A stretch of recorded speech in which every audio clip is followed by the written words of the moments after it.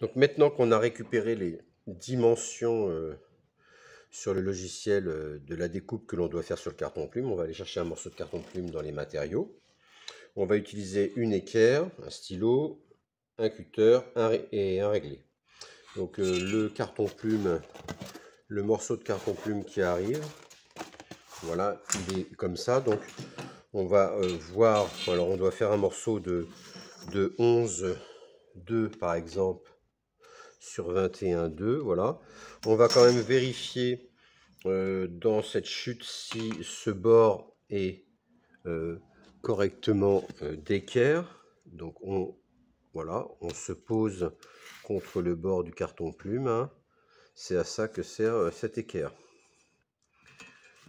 Donc là, on est bien.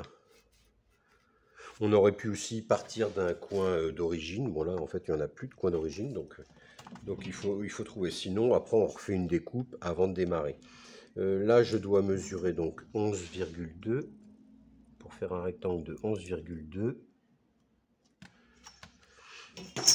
Donc 11,2.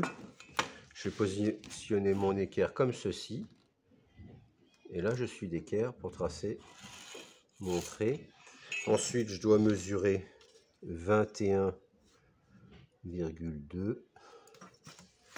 Donc là, pareil, je positionne mon équerre pour être d'équerre. Et je n'ai plus qu'à découper. Alors pour découper, j'utilise un cutter, donc c'est dangereux, on fait attention, on dévisse pour sortir un petit peu la lame. Voilà, on revisse. On positionne le réglé sur le trait. On garde les doigts sur le réglé et on va tout doucement pour le premier trait en longeant bien le réglé. Mais alors tout doucement, comme ça, ça ne trace le premier sillon. Comme ça, on risque pas de se tromper. Pour ensuite appuyer un tout petit peu plus fort. 4 passes, normalement, on a découpé notre carton plume. Pareil sur la largeur.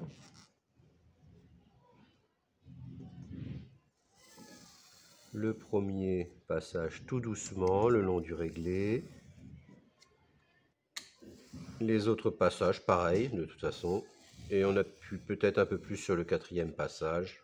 Voilà. Donc on découpe et voilà, on découpe voilà les dimensions d'un toit que l'on peut poser par exemple sur la cabane bioclimatique de 5e.